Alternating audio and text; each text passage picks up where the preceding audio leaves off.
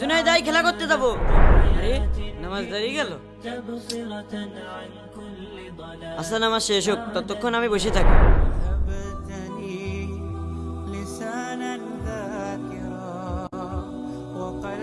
কি রে, এ নামাজ পড়তে কত সময় লাগে?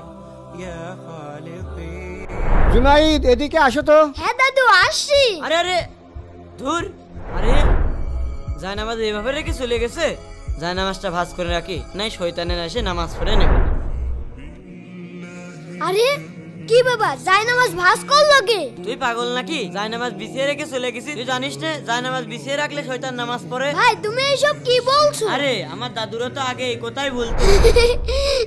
জায়নামাজ বিছিয়ে রাখলে শয়তান নামাজ পড়ে, বই খুলে রাখলে শয়তান বই পড়ে। এই ধরনের কোনো কথা কুরআন হাদিসে কোথাও নেই। এগুলো সব কুসংস্কার। তার মানে আমি এতদিন ভুলের ভিতর ছিলাম। আচ্ছা যাই হোক, নতুন কিছু শিখলাম। আচ্ছা ভাই, শয়তান যদি নামাজ পড়তো তাহলে তো মুসলমান হয়ে যেত। যত বুদ্ধি তোর মাথায়, চল। প্রিয় দর্শক, আমি যদি ঠিক বলে থাকি তাহলে ভিডিওটি